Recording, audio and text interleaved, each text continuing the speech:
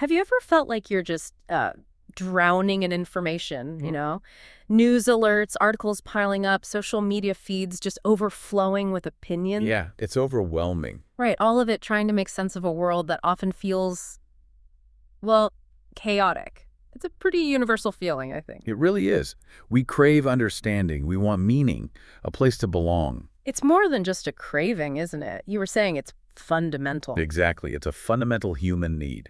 Yeah. We're basically wired to create order out of complexity, to navigate our world with some kind of coherent story. Absolutely. And well, that impulse brings us right to the core of today's deep dive, human ideologies.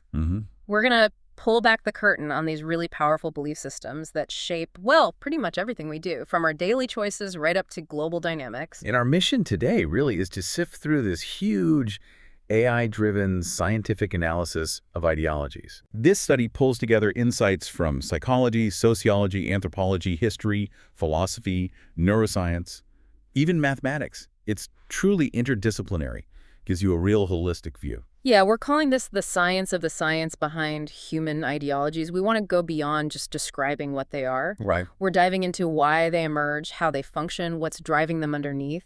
It's about understanding these things not as abstract ideas, but as fundamental human constructs. Yeah. Deeply rooted in our psychological needs. And our evolutionary history too, right? Exactly. But, and this is crucial, they're also highly susceptible to biases. The study really hammers home this dual nature. Okay, now here's a really compelling part, I think, the role of AI in all this. This report highlights AI's, unprecedented capability. It's pretty amazing. Analyzing vast historical data sets, uncovering hidden patterns, modeling complex social interactions, and providing transparent explanations. It feels like a shortcut, almost, to being truly well-informed about something this complex. Well, it can spot subtle trends, causal links even, that humans just couldn't process. I mean, the sheer volume of data across centuries and cultures, it's immense. AI is like having a super-powered historian. A super-powered historian, I like that. So by the end of this deep dive, you listening should have a clearer, more nuanced grasp of ideologies, their impact, and how AI might help us navigate them for, hopefully, a better future. Yeah, that's the goal. Okay, let's start with the basics then. What exactly is an ideology? Is it more than just, say, your political party? Oh, much more. Think of it as a comprehensive system. Beliefs, values, assumptions, expectations. It all profoundly shapes how an individual or a group sees the world. So it guides behavior, how we interpret things. Exactly. It provides a framework for interpreting reality. It's like a fundamental toolkit for making sense of everything. Right. It offers this coherent narrative about politics, morality, social relations. Essentially, it's a blueprint for a particular social order. A blueprint. Okay, that helps. So it's not just ideas, it's actively helping us navigate being human. How does this toolkit connect to our basic human needs? Precisely. Ideologies perform really essential psychic work, as some psychologists call it. They help us grapple with fundamental desires, fantasies, conflicts, even those big existential dilemmas. Wow. They provide, and this is a key phrase, an ordered view of the world, our place in it, and our relationship to others. We can actually map this onto Maslow's hierarchy of needs. Ah, Maslow. Okay, that's a powerful framework. How do ideologies fit into those different levels? Well, at the most basic level, physiological and safety needs ideologies often step right in. Think about certain political ideologies, particularly some on the right. They often prioritize things like economic stability, food prices, crime reduction, border control. All right, basic security. Exactly. Yeah. Those are deficiency needs that get stronger when you lack them. So an ideology promising safety and security, that taps right into core survival instincts. Okay, and what about love and belongingness, that need for connection? Ideologies are, well, masters at fostering social cohesion and identity. Nationalism is the perfect example. Yeah. It creates this sense of shared identity, connecting people who might never even meet through shared language, history, symbols. That feeling of belonging is vital. Sometimes it even overrides safety needs, if you think about people going to war for their country. That's true. And esteem needs, feeling valued. Ideologies provide frameworks for that too. Group affiliations often come with shared goals, missions. You take pride in the group's achievements, which boosts your self-esteem. Makes sense. Even your job or hobbies, often influenced by ideological values, can give you a sense of contribution, of being valued. And right at the top, self-actualization, cognitive needs growth. understanding? Yeah, ideologies can offer a vision for personal growth, for knowledge. They provide a framework for reaching your potential, finding fulfillment, pursuing meaningful goals. This includes our basic human need to know, to understand, to be curious. Ideologies guide that curiosity within their specific worldview. So connecting this all up, it sounds like ideologies aren't just random beliefs we pick up. They're almost like adaptive solutions, cognitive and social solutions That's a great way to put it. that have sort of co-evolved with how our brains work, driven by these deep psychological needs and, well, the big questions of life. Absolutely right. They're mechanisms for meaning, order, social cohesion. And this goes way, way back to our evolutionary roots. How so? Well, human morality, our sense of right and wrong, likely emerged as an adaptation. Think about our hunter-gatherer ancestors. They were highly interdependent. Right, needed to cooperate to survive. Exactly. So morality helped promote cooperation, cohesion within the group. Our ability to judge actions as right or wrong is core to human social life. And from morality, we get social norms, those unwritten rules. Yes. Social norms are shared standards of acceptable behavior that are often self-enforcing within a group, and they evolve organically through trial and error. They're critical for making large human societies work. How do they spread? There's often a life cycle. They emerge, sometimes pushed by what sociologists call norm entrepreneurs. Then there's a cascade, where they gain broad acceptance. And finally, internalization, they become deeply embedded, just the normal way to behave. So it's like this interplay between our biology and our culture. Gene-cultural coevolution, is that the term? Precisely. Our biological predispositions, cooperation, empathy, social instincts, they co-evolved with cultural developments like ideologies and moral norms. They influenced each other over vast timescales. Can you give an example? Religion is a good one. It likely built upon existing moral foundations. Introducing supernatural agents, gods or spirits, could encourage cooperation, restrain selfishness, maybe enhancing group survival. That innate human tendency for pro-social concern, for conformity, plus core moral ideas like do good, avoid harm, they seem pretty universal, suggesting an evolved core. Wow. So, okay, what does this all mean for why ideologies are so powerful, so pervasive? It means they aren't just things we choose lightly. They're tangled up with who we are, right down to our evolution and psychology. It's exactly. They're fundamental. Okay, so building on that, let's explore how these belief systems actually look in the real world. Because human history is just full of them, and the AI analysis apparently had some really interesting things to say about how they change and interact. That's right. These aren't static things. They're constantly evolving, overlapping, sometimes contradicting each other. They reflect changing societal needs, historical moments.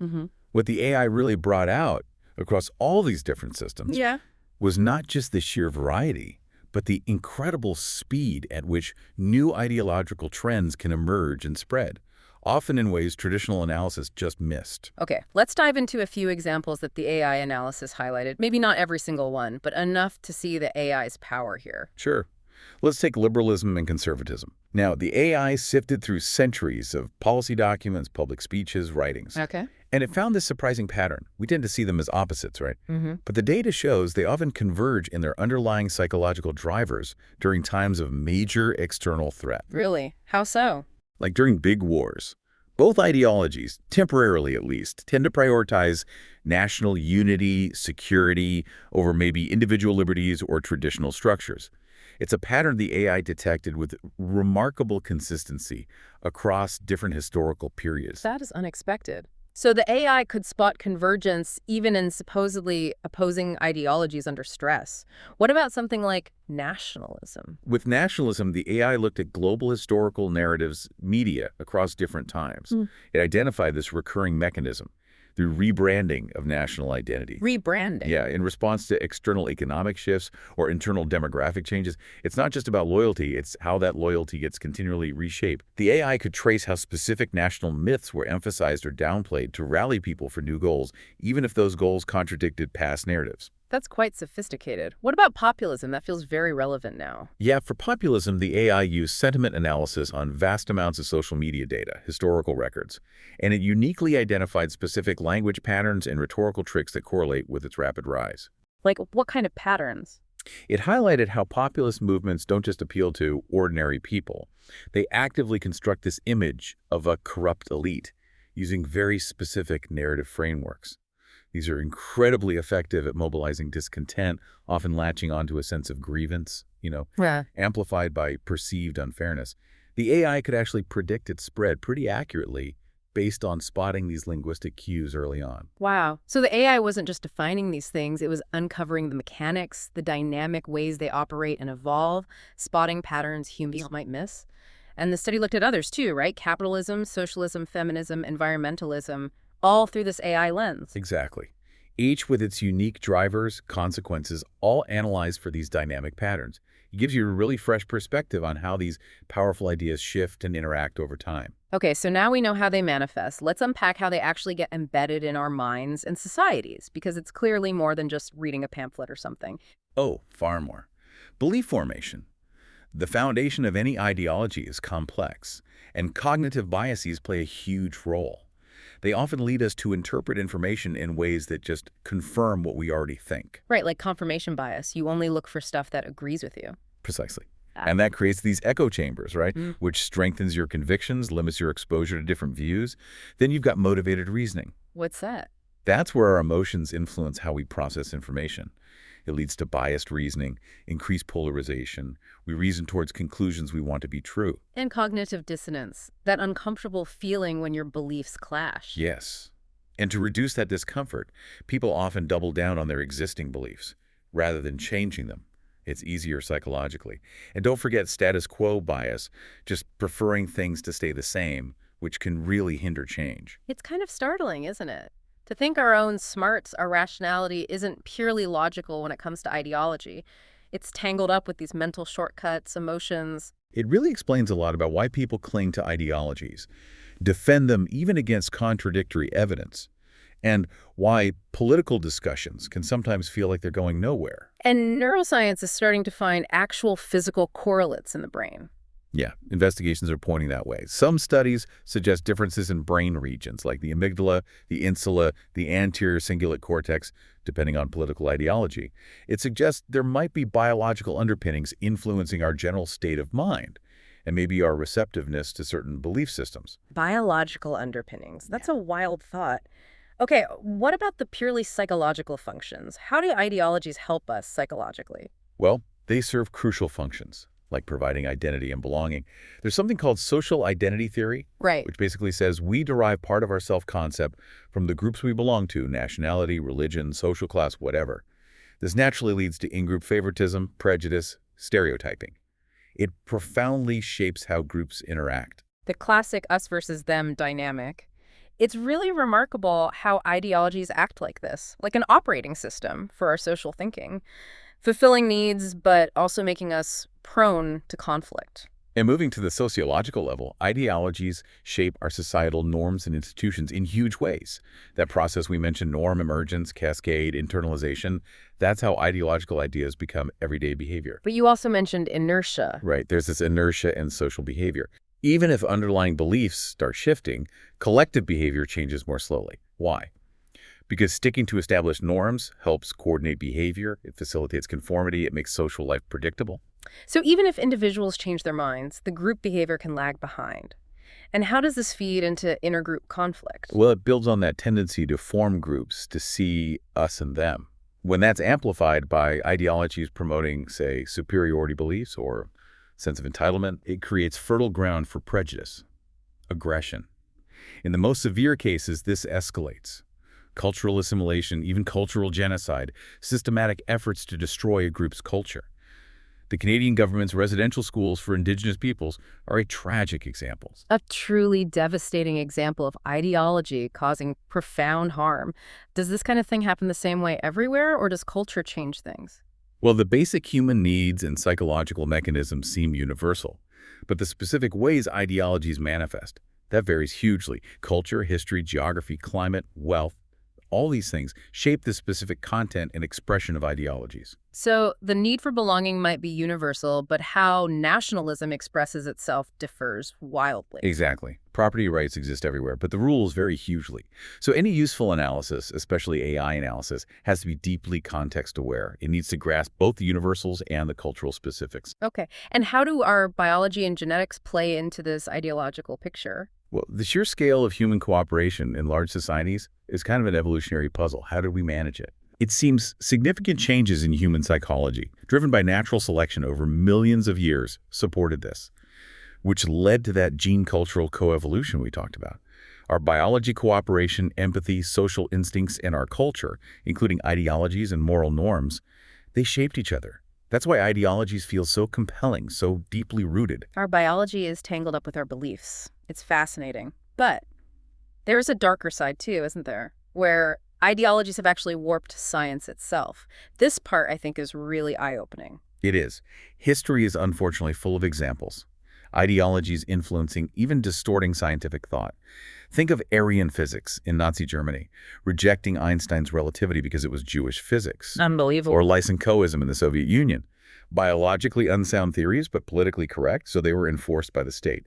Even the French Revolution had calls for more democratic science. These were direct attempts to bend science to fit ideology, regardless of the actual evidence. And we've seen ethical disasters in research driven by ideology, too. Absolutely. The Tuskegee syphilis study deliberately leaving African-American men untreated for decades. Pure racism disguised as research. The thalidomide tragedy, insufficient drug safety testing driven by commercial pressures perhaps. The Stanford prison experiment causing real harm due to ethical blind spots. Awful examples. These show how biases, racial prejudice, maybe an unchecked faith in scientific progress, led to terrible harm. And they fundamentally shaped the ethical standards we have today, like informed consent, institutional review boards, IRBs. And then there's this thing called the naturalistic fallacy. What's that about? That's when people try to derive what ought to be from what is perceived as natural. It's a logical error, but ideologues use it all the time. How so? Well, people on both the left and right might seize on genetic explanations to support their policy preferences, maybe endorsing genetic reasons for perceived race differences to justify inequality, or attributing sexual orientation solely to genetics to argue for certain rights. It's basically ideology corrupting the interpretation of science to prop up existing beliefs or agendas. Okay, this raises a really deep question. If even fields like mathematics and logic, which aim for pure objectivity, can be swayed by ideology, how deep does this bias run? It runs very deep. It seems to be a fundamental limitation of human rationality. Research shows pretty clearly that regardless of your political leaning, when arguments touch on your core political beliefs, your tribal instincts kick in and your ability to think logically suffers. So it's not about intelligence? No. It's called ideological belief bias. We judge arguments based on whether we find the conclusion believable, not on whether the logic is actually sound. Think about sports fans. They can always find fault with the referee's call against their team, right? Yeah. Now, magnify that immensely when it comes to our deeply held political or social beliefs. Studies show liberals are better at spotting flaws in arguments that support conservative conclusions, and conservatives are better at spotting flaws in arguments supporting liberal ones, even after logical training. Wow. So our own beliefs can literally blind us to faulty logic if the conclusion feels right. It seems so. Okay, so if our own thinking is this vulnerable, how can we possibly hope to understand, let alone navigate, these incredibly powerful ideological forces?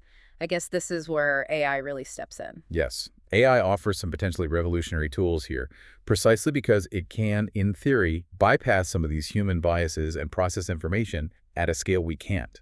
Let's talk about those AI methods. How does AI analyze historical trends, for instance? Well, AI algorithms are just incredibly good at finding complex patterns in massive data sets, things humans would just miss. By analyzing historical documents, letters, speeches, media over centuries, AI can uncover previously unseen trends and correlations in how ideologies developed and changed. It gives us new insights into their origins and evolution. And causal inference, that's about finding actual cause and effect, not just connections. Exactly. Standard machine learning often just shows correlations X and Y happen together. Causal AI tries to figure out if X causes Y. This is huge for social science. It allows for these virtual what-if experiments. Like testing a policy before you enact it. Precisely. A causal model could simulate, say, the impact of raising the minimum wage on employment in a specific area, or predict how a new environmental policy might affect public opinion and resource use long-term, trying to account for all the complex, confounding factors. That's incredible. Testing policies virtually, which leads to simulating whole social systems. That sounds like sci-fi. This is where it gets really mind-bending, I think. It is a revolutionary leap. We're talking about AI agents, especially those powered by large language models or LLMs, that can mimic, human behaviors, attitudes, even replicate memory and personality traits from limited data. Seriously? Yes. And this allows researchers to create what they're calling digital social laboratories. Digital social laboratories. What can you do in one of those? It's amazing. There are three big trends emerging. First, multi-agent social simulation. You have thousands of AI agents interacting, simulating the ripple effects of policy changes, spotting collective behavior patterns. So you could see how, say, misinformation spreads. Exactly. You could model how a fake health rumor might spread through different groups, and even test virtual interventions to stop it, all before it hits the real world. Second, social digital twins models that simulate emotional responses, how culture spreads, how rumors propagate. And third, AI for policy experimentation.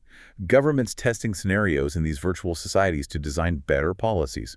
AI basically gives us this lab to test ideas about how ideologies spread and change. Running a simulation of societies to see how ideas catch on or how policies impact people, that's just staggering. But if these AI models are so complicated, how do we even understand their reasoning? Aren't they just black boxes? That is a major challenge, and that's where explainable AI, or XAI, becomes absolutely critical. Explainable AI, okay.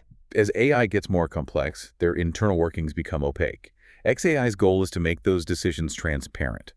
To transform complex outputs into explanations, humans can actually understand narratives, summaries, highlighting key factors. It's essential for building trust, especially when we're relying on AI for insights into sensitive social issues like ideology. So what's fascinating here is that XAI isn't just a nice technical feature. It's almost an ethical necessity, right? It makes the insights usable, trustworthy, especially for something as personal as our beliefs.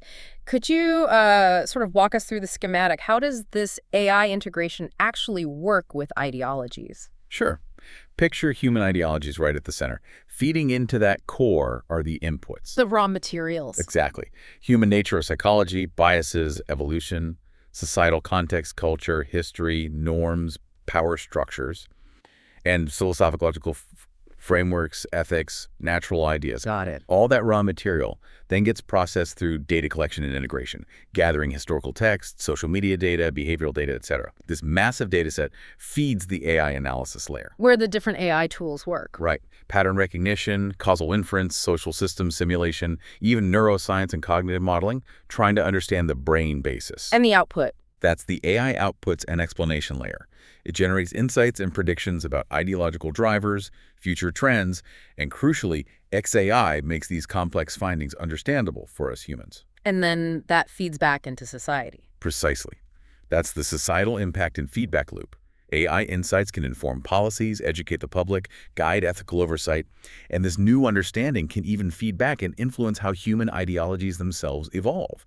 It becomes a continuous loop of learning and adaptation. It really is a dynamic system, but using such powerful tools must come with some pretty significant ethical strings attached, right? Like biases in the AI itself. Absolutely critical point. AI models learn from data, and that data often reflects existing historical and societal biases. Sexism, racism, you name it. So the AI could just learn our prejudices. Worse, it could perpetuate and even amplify them if we're not incredibly careful. It's like AI holding up a mirror to humanity's flaws, but the mirror might distort and magnify those flaws. Okay, that's worrying. So how do we stop that? What are the safeguards? Well, it requires rigorous work, careful curation of training data, developing de-biased machine learning techniques, continuous monitoring and auditing of AI outputs for fairness. It's an ongoing challenge. And bias isn't the only worry. There are major privacy and manipulation concerns, too. Like the AI being able to figure out individuals from limited data, that sounds like a privacy nightmare. It is a serious concern. The potential for AI to model individual ideological profiles could enable unprecedented surveillance. And then there's manipulation. How so? AI-driven algorithms, like on social media, can inadvertently create those echo chambers or filter bubbles. They show you content that reinforces what you already believe. Which limits critical thinking. Exactly, and contributes to polarization. Plus, you have the risk of authoritarian regimes weaponizing AI for sophisticated information control and propaganda. So, okay, this is huge. How do we make sure this incredibly powerful tool is used for good, not for control or amplifying the worst parts of ourselves? What's the responsible way forward? It really underscores the absolute need for strong ethical guidelines and smart regulation. Responsible AI development has to prioritize safety, interpretability, fairness, and alignment, making sure models are genuinely helpful, honest, and harmless. Easier said than done, maybe. Definitely. It demands interdisciplinary collaboration, technologists, social scientists, ethicists, and policymakers all working together. It requires proactive ethical governance structures.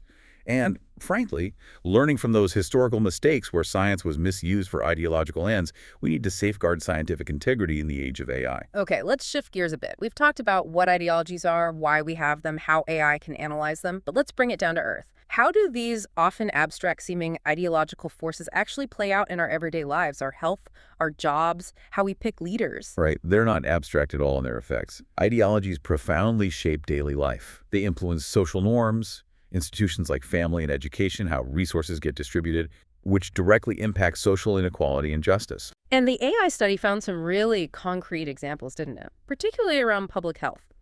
You mentioned something about trifecta states. Yes, that's a compelling finding.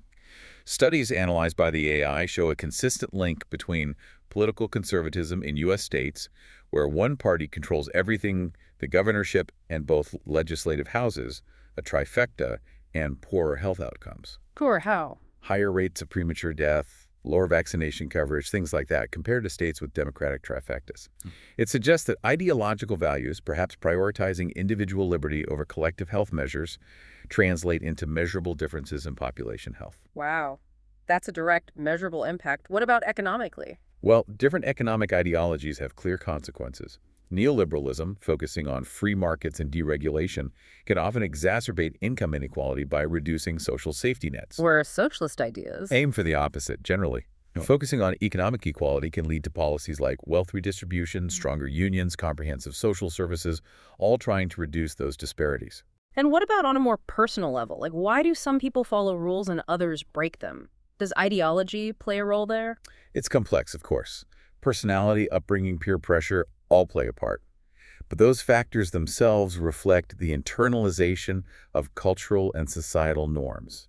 And those norms are deeply shaped by the prevailing ideologies of the time and place. So it's all interconnected. What really strikes me here is that an individual's life, chances, their wealth, power, education, even their health, seem profoundly shaped by the ideological landscape they happen to be born into.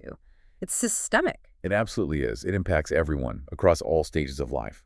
And remember, while the underlying human needs might be universal, the specific ideological interpretations vary massively across cultures and history. Right, you mentioned gender roles before. Exactly.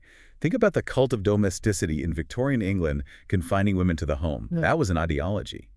Then feminism arises as a counter-ideology, challenging those roles, leading to huge global changes.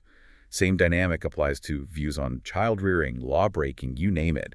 It's the ideological filter-shaping lived experience. Okay, which brings up a big question. Why are there so many different ideologies? Why not just find the right one and stick with it? Well, it really stems from the inherent complexity of human societies and just the sheer diversity of human experience. Ideologies offer different blueprints for a certain social order, right? Yeah. Different goals, different methods for how society should work. And different cultures develop differently. Exactly. Cultures are products of diverse experiences, climate, geography, wealth, history. Even small initial differences can snowball into vast ideological divergences over time. Plus, societies constantly grapple with value contradictions. Like wanting both freedom and security. Precisely. A culture might value both individual liberty and collective security. These often clash, and different ideologies offer different ways to balance or prioritize them. A single, monolithic ideology just wouldn't work for complex societies. It would inevitably suppress diverse needs and perspectives, like we see in totalitarian states. Okay.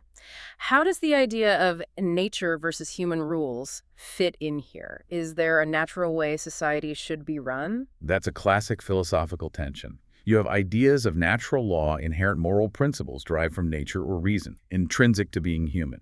But then you have the realities of human nature, our tendencies towards irrationality, selfishness, aggression sometimes. So nature alone isn't enough. Apparently not. Those tendencies seem to necessitate external human-made legal rules to prevent chaos and maintain social order. Rules are like a co-evolutionary response to the challenges of living together in groups. Human nature requires human rules. Okay. Now, this leads us to a really difficult aspect.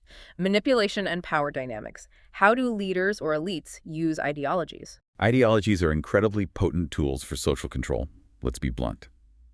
They're often created, or at least shaped and maintained, by elites to legitimize their own authority and undercut potential opposition. How does he do that? Authoritarian regimes are masters of information manipulation.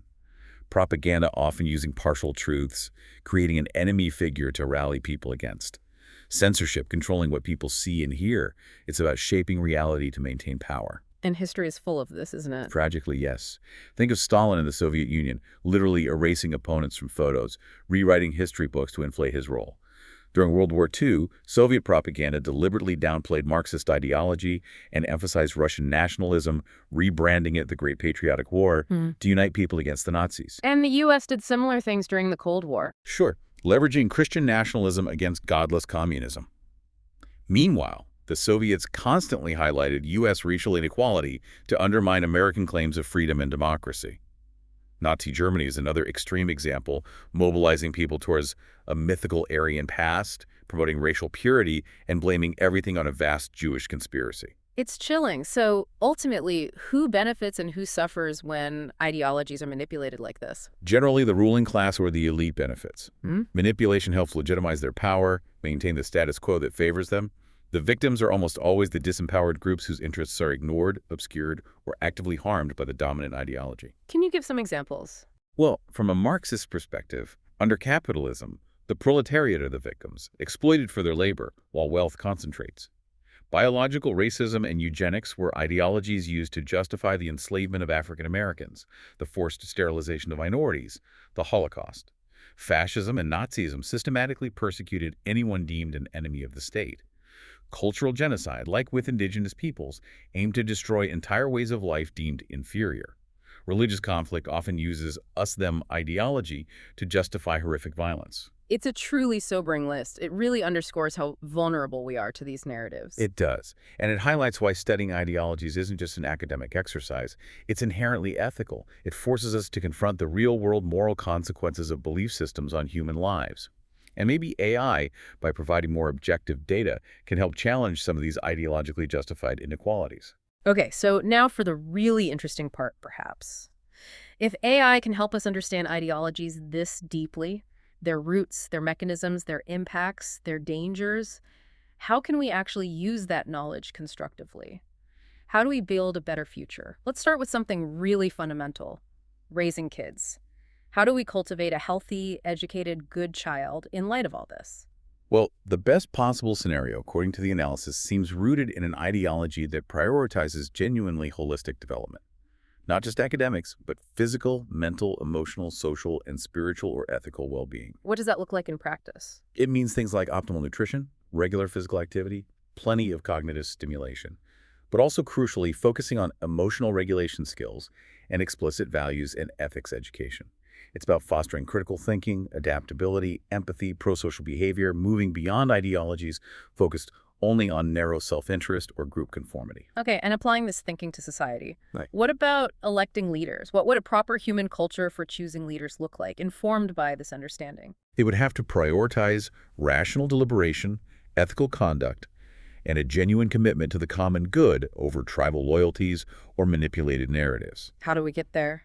It means actively promoting critical thinking skills across the population, encouraging evidence-based decision-making, finding ways to mitigate those cognitive biases we talked about that distort our judgment, maybe more focus on deliberative democracy models where citizens engage deeply with issues, and ultimately choosing leaders based on competence, integrity, and ethical principles, not just charisma or populist appeal. Yeah, I can definitely see how AI could potentially help there. Analyzing candidate rhetoric for fallacies, bias, misinformation, providing voters with clearer information. It could potentially play a role in informing the electorate, yes, if used responsibly.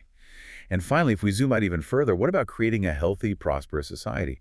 A balanced relationship with our planet? What kind of ideological framework supports that? That's the big picture question. It seems to require an ideological framework that fundamentally embraces our interconnectedness with nature. Promoting ecological consciousness and sustainability has to be central, not an afterthought. So, concrete policies. Things like aggressive transitions to renewable energy, circular economy models, sustainable food systems, protecting biodiversity. But it also means fostering genuine multiculturalism for social cohesion and cultivating a broader sense of global responsibility. We need to shift away from purely human-centered or nation-centered ideologies towards a more planetary perspective. Global citizenship, essentially. Something like that. And again, AI could help here by modeling the long-term consequences of different ideological approaches to environmental policy, showing us the likely outcomes of choices we make today. So let's try and wrap this up. This deep dive into the science of ideologies. It really shows them as these fundamental adaptive human things, rooted in our psychology, our evolution. Right, providing meaning, order, cohesion, but also incredibly vulnerable to our own biases, emotions, and deliberate manipulation. Their impact touches literally every part of human life. And AI emerges as this potentially transformative tool. Unprecedented power for analysis, understanding, explanation, through pattern finding, causal inference, those incredible social simulations. And it's a huge but. This power comes with massive challenges. The risk of amplifying bias, the threats to privacy, the potential for manipulation. We absolutely have to remember how science itself has been misused in the past for ideological ends.